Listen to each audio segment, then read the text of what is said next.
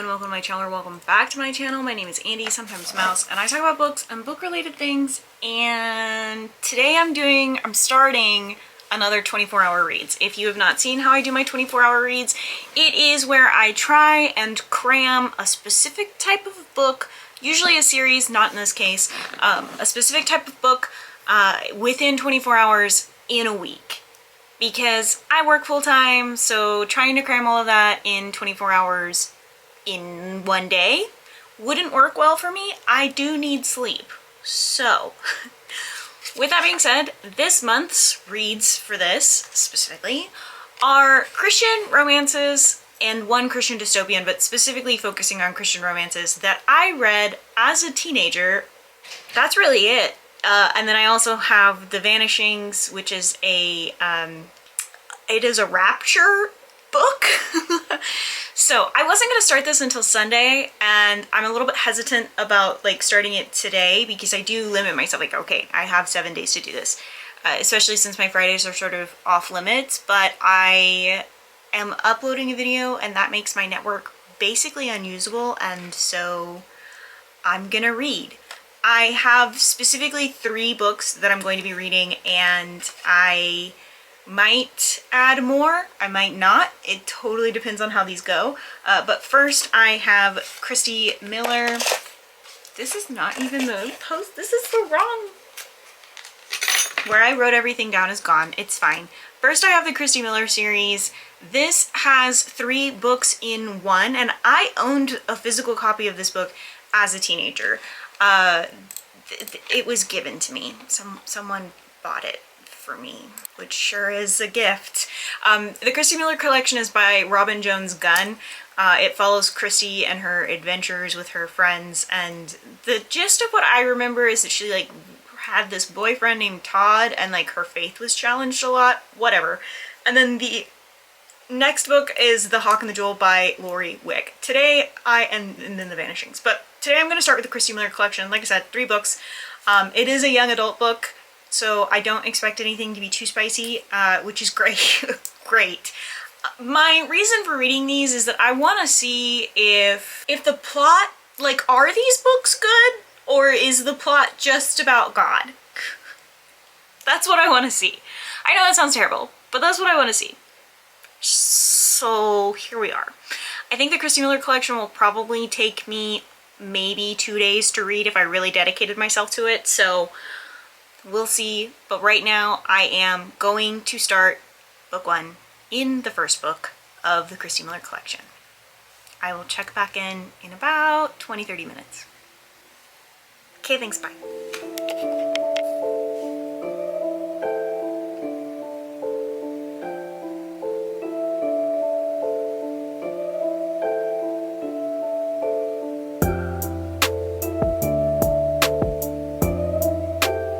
Okay, I got about 11% in, which is like 54 pages in.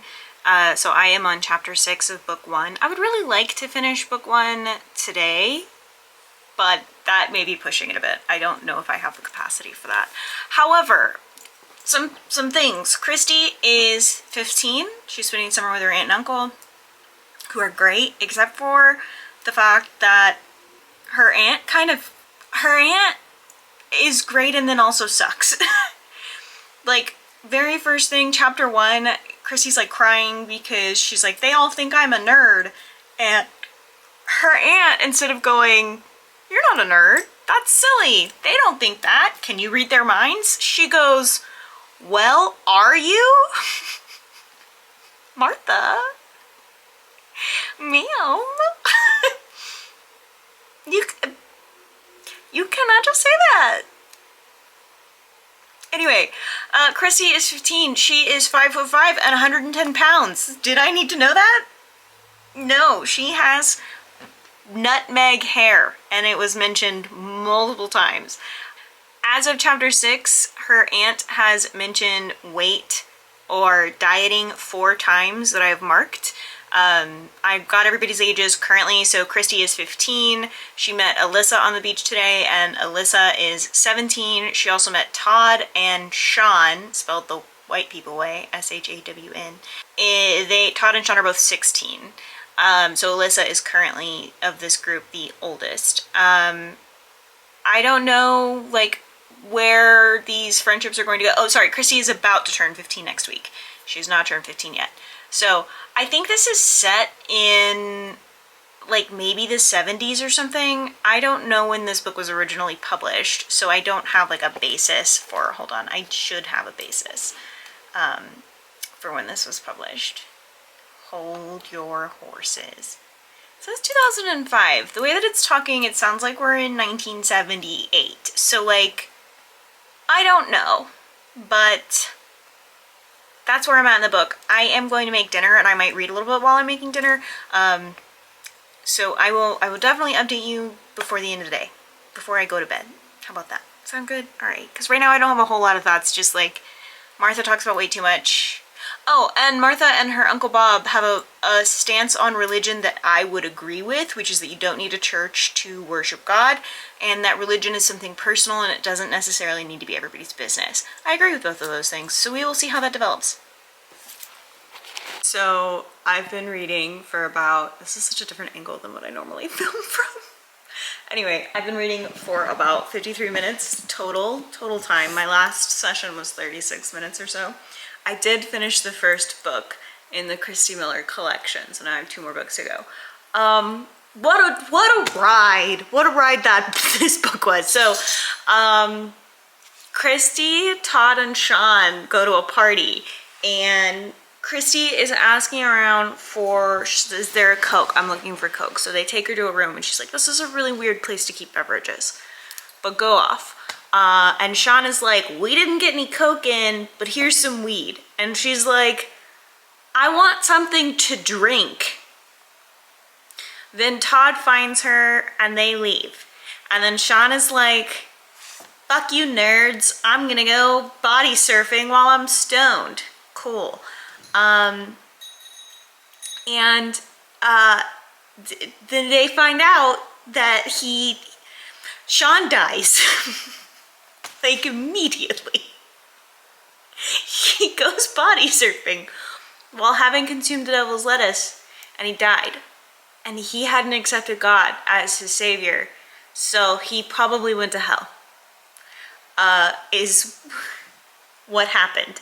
Alyssa and Christy get into a fight. Christy starts being a bitch to her aunt, who's like literally, like, her aunt's been like, you know, work on your appearance or whatever, but like overall incredibly nice to her. And then she's like, I'm gonna suddenly be incredibly fucking impolite and unfucking grateful. Todd takes her to Disneyland for her birthday. Her parents are suddenly like, you have to come home 3 weeks early. And she's like, well, fuck. I mean, she doesn't say that because she's Christy Miller, but Alyssa, after the fight, Alyssa calls Christy and is like, you can come over, I need you. And so Christy comes over, and Alyssa's like boo-hooing, and Christy's like, where's your family? And Alyssa's like, this is my family, I'm the family, it's just me. So it turns out that her dad died right before summer, and her mom came to the beach to rest and recover, but her mom's like an alcoholic and like punched her in the face. And so then Alyssa like goes to stay with her grandmother. There's a boy involved somewhere. I think Alyssa's pregnant. Because I think Alyssa's pregnant. Because they talk about these pills in a small compact, and Alyssa makes a statement like, oh, I've been looking all over for those, I'm glad you found them. And then Eric, the boy, comes and he's like, oh, do you want to like say goodbye to me before I take you on this plane after this super traumatizing event with your mom? And Christy's like, hi, I'm here. And then Eric is like, you're a crybaby and I hate you, to Alyssa. It was the emotions are high. Christy goes to a concert with Todd, Tracy, and co. It's a Christian concert, actually, not a concert at all, it's church. They tricked her into going to church.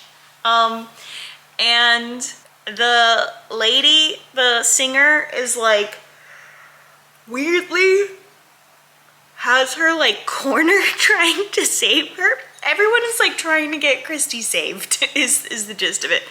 I agree with her aunt and uncle's personal perspective of religion, so I think they're in the right for all of this, but maybe that's just me. I think a really key point here in book one that I felt was like really important that we understand as we leave with Christy flying home. She says, Uncle Bob says, "As I told you weeks ago, to thine own self be true." Christy laughed quietly and brushed the carnations against her cheek. Todd gave her carnations and kissed her. Whatever. Nobody can control their own destiny, and I tried being true to myself, but I started going under. She actually never tried to be true to herself because she's 14, well now 15, and does not actually know who that person is. So like, let's start there. And when she was trying to be true to herself, she was just being a bitch to everyone, and the whole time she's like, is this really what I want? Which sounds like not being true to yourself. Anyway, continuing. I'd rather be true to the Lord. It's way more fun. That sounds like you just would rather be nice to people. And that's fine. It doesn't have to be a Jesus thing. Like, you can actually just be nice to people and it have nothing to do with God. You actually don't have to be a bitch to people just because you're not saved. You know, that's like crazy. But yeah, I think I'm actually gonna keep reading a little bit because this is so fast paced. Like I turn a page and it's 4 days later and people are dead and going to church and crying and punched in the face. Like it's the speed. So yeah, pages wise, I am, how many pages am I into this? 178 pages in less than an hour. So I think I'm making good time. But I'm gonna keep reading this, and I will let you know how book 2 goes. A Whisper and a Wish.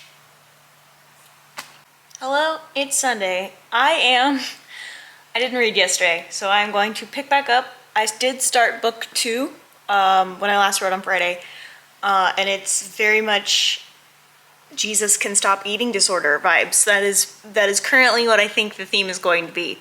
I have not confirmed that yet, but I do think that currently is going to be what the theme is. I also think this book was my first introduction to diet pills, which I was addicted to at one point. To be fair, I think part of that was the undiagnosed ADHD. But anyway, I am going to be watching Hannibal and reading this for about 30, 45 minutes maybe. I don't know, I need to finish both book 2 and 3. Like, I need to finish this book tonight, but we will see if I successfully do that. So, okay. Ready, set, go.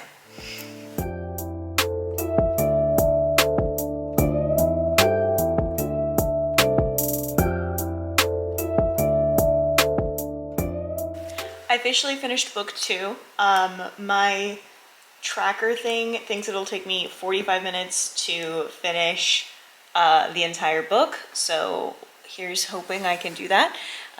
It took me 24 minutes to read that far and finish book 2, so I'm now 69% into the whole book. Wow. I've read it for a total of 1 hour and 40 minutes, so we're making good time here.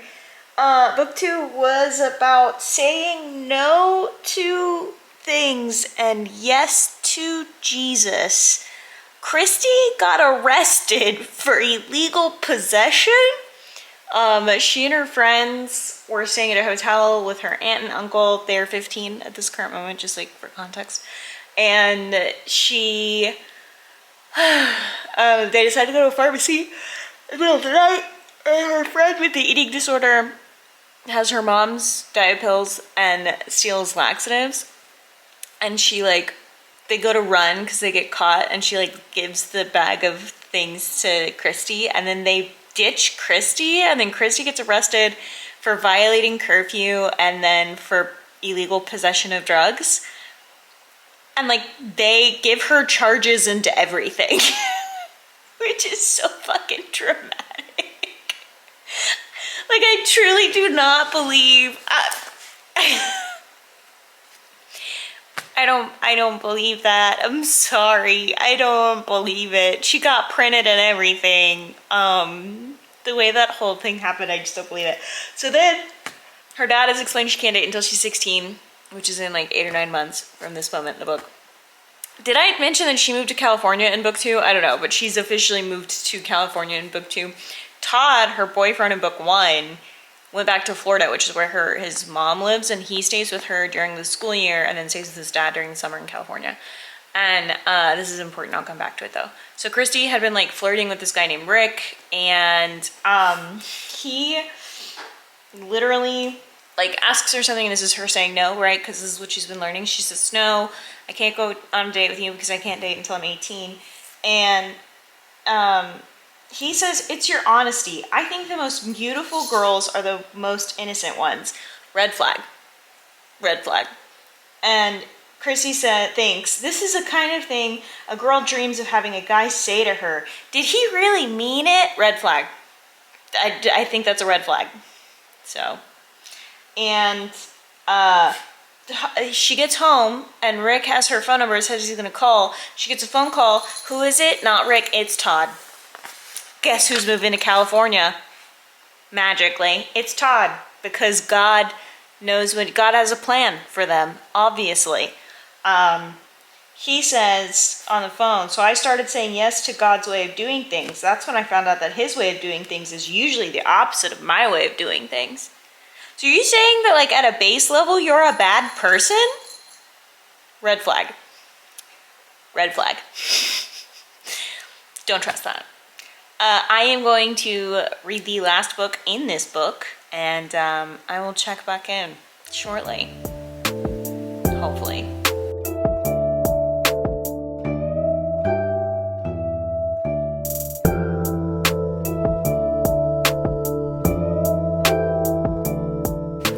Okay, I did it. I finished the book. Weirdly invested now, like kind of want to read the next one, which was not on my original like plan, but here we are. I read the book for 2 hours and 26 minutes, and I expected it to take me closer to 5 hours because it is almost a 500-page book. But I think the speed at which the pacing goes is crazy. I rated it 2.5 stars, which is higher than I expected. And it's higher than the 50 Shades of Grey books. What does that mean? The third book in the mini collection is Christy like wanted to define what her relationship was with Todd. Okay. But also, I don't know if y'all remember, I think I talked about it, how I thought Alyssa was pregnant. I was right. But not only was Alyssa pregnant, they address abortion in this book, and I'm not even going to get into that, honestly, because it's really problematic, and the way that they handle it is bad. The only thing I'm going to say is that Alyssa makes the statement of 2 wrongs don't make a right. Cool. I might include a screenshot or two that just like re-emphasizes how bad this handles that topic. But the baby is Sean's, the dead dopehead who smoked dope and died. It's what happens when you smoke weed. You get girls pregnant and you die. And then you go to hell. Oh, goodness gracious. So I'm going to start The Hawk and the Jewel. I don't anticipate reading this too late tonight, but I am going to start it. And we're just going to see. We're going to see how that goes. All right? That's what we're going to do. I have low expectations for this. If I finish this and The Vanishings and I have time, I genuinely might read the next of the Christy Miller books though. I'm like weirdly invested in Christy's journey as a 15-year-old because that shit is just like bonkers. What's gonna happen with future evangelicus baby dopehead? What's gonna happen with that baby? Todd refers to this child as a future evangelist.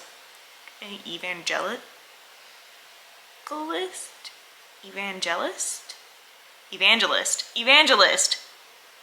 What? Why was that so hard?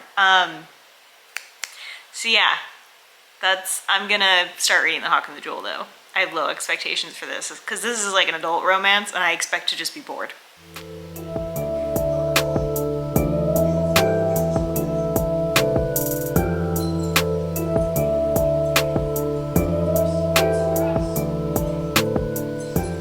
So I am like 100 pages into Hawk and Jewel.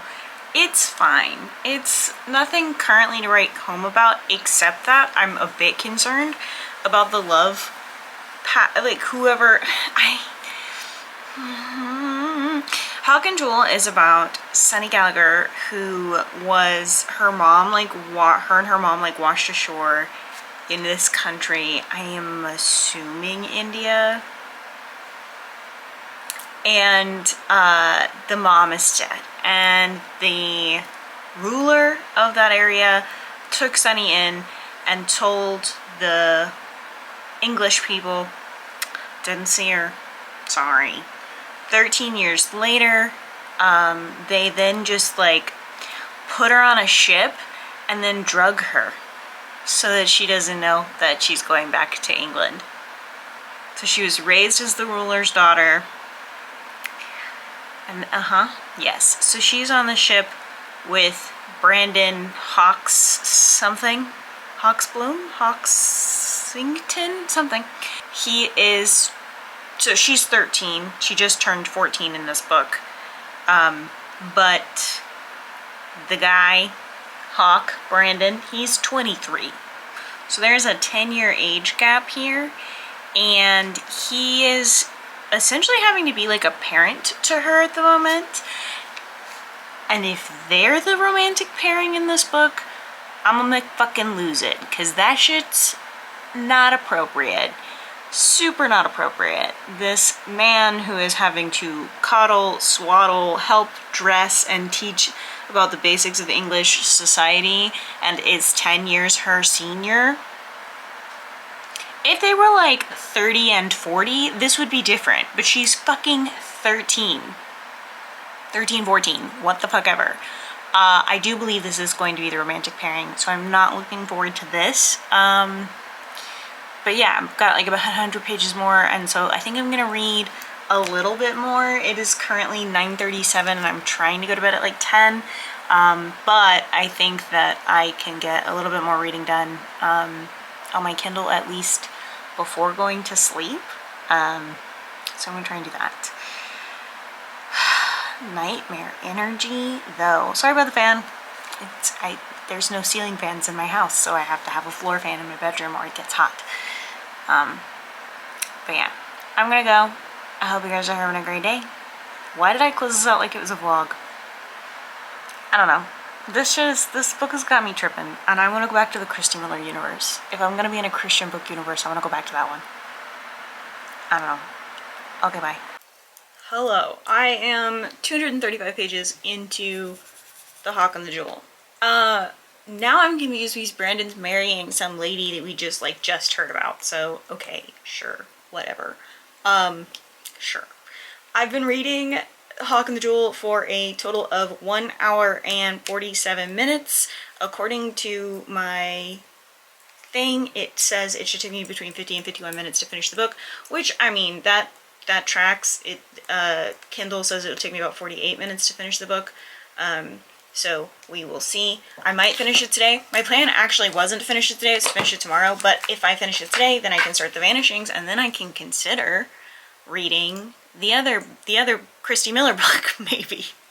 I don't know. I've already started putting footage together, and there's already so much footage that I'm like, yeah, maybe. But, yeah. So, that's where we're at right now with this. This is just like, these are the day-to-day ongoings of Sunny being a bad bitch and the rest of you trying to stifle her creativity. I personally think Sunny should get to tell Ben not to stare at her and be rude as fuck about it, honestly. You're beautiful and you should get used to it. But what if perhaps she didn't? Because it's fucking weird. I think that, that maybe she shouldn't have to allow men to just stare at her, personally. Like they said, you can tell them, like, do you know you're staring at me? I'm like, I think she should get to just give them dirty looks. I think that's hilarious. Good for her, honestly. So, that's where I'm at with that. I'm indifferent towards this book. I do think the plot is literally just, like, what if Sunny got saved, though?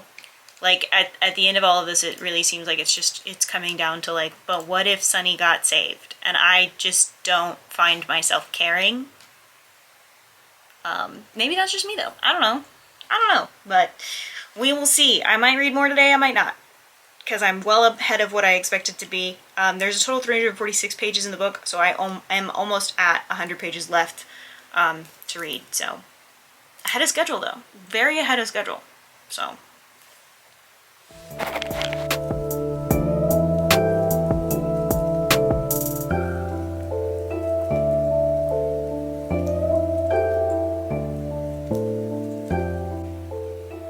I finished it. It took me 2 hours and 27 minutes. Nothing happened in that book. Like, nothing happened in that book. I don't know how else to explain it.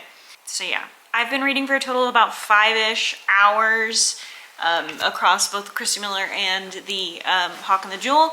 I will be starting The Vanishings probably tonight, probably in a minute. Depends on when Aiden calls. But yeah, the Hawk and the Jewel is bad, and the dynamic of the elderly and the teenager, look, I know 23-year-olds are not elderly, but by the time I think by the time they get married, she's like maybe 16, 17, which means he's 26 or 27. As a 28-year-old, I would rather kill myself than marry someone who's 16. I understand that the era is very different in the Victorian era. I get it. I know that. But also, their dynamic is inappropriate and a bit unacceptable, honestly. It's actually incredibly inappropriate. So I hated that.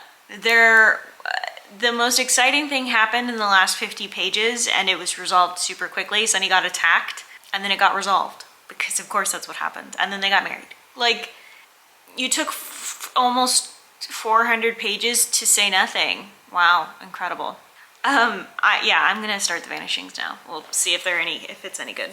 It's probably not going to be, but it's shorter. It's definitely shorter than the other one. This one's just 147 pages long, so.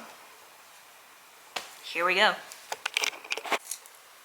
I did it. It took me 6 hours, but I did it. I read all 3 of the Christian books that I could think of as a child, not including things like The Seeker's Quest, which was definitely from childhood, not from young adulthood, so I will not be considering those. But The Vanishings sucked. I didn't get any footage of me reading it, so I don't really have a whole lot of footage, feedback on it, other than that it sucked. It didn't suck in that it was just like, I don't know, the story is basically like, if you don't accept Jesus, then when we all get raptured, then you get left behind.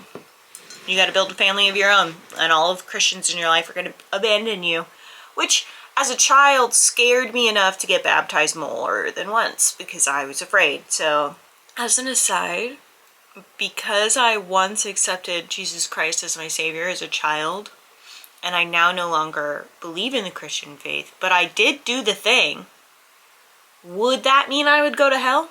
Because at one point, someone says, you know, worst case scenario, best case scenario, or what, like, on the one hand, I'm right, and then you don't go to hell, and on the other hand, you're right, and nothing happens at death. And I'm like, so, like, you don't actually have to believe it then? Of the 3 books, I think the Christy Miller book was the best.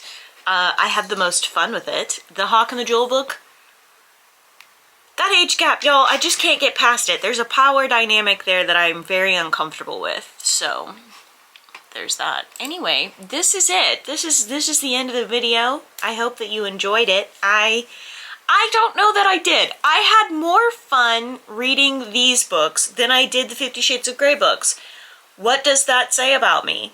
Truly, I don't know. But I did have more fun reading these than the 50 Shades of Grey books that I read last month. So, I don't know. I think, I will say that I do think the romantic aspects of the first 2 books, The Hawk and the Jewel and the Christy Miller series, are more appealing to me than the romantic aspects of 50 Shades. Also, I had a thought the other day that was like, I think that religious writers write prayers in every spot that a smut writer would write a smut scene. That's my, like, official thoughts is that. That's it though. I hope that you enjoyed this video. I post videos every Tuesdays and Thursdays at 10 a.m. Central Standard Time, except for at the beginning of the month. And don't forget to like and subscribe and share so that I can continue to suffer through terrible content for you guys. If you have any books that you think that you would like for me to suffer through from childhood, let me know in the comments down below. I would love to hear it. Not that I know that I read them, but let's see what there is. Maybe I could just keep reading the fucking Vanishings series. I'm not gonna keep reading the Vanishing series. But that's it. If you didn't enjoy this video, I'm actually not sorry about it. Yep, that's all. Hope you're having a great day. Okay, thanks, bye! Oh, don't forget to take your meds, drink your water, do something today to take care of yourselves. Like accepting Jesus Christ as your savior so you don't fucking go to hell for smoking weed.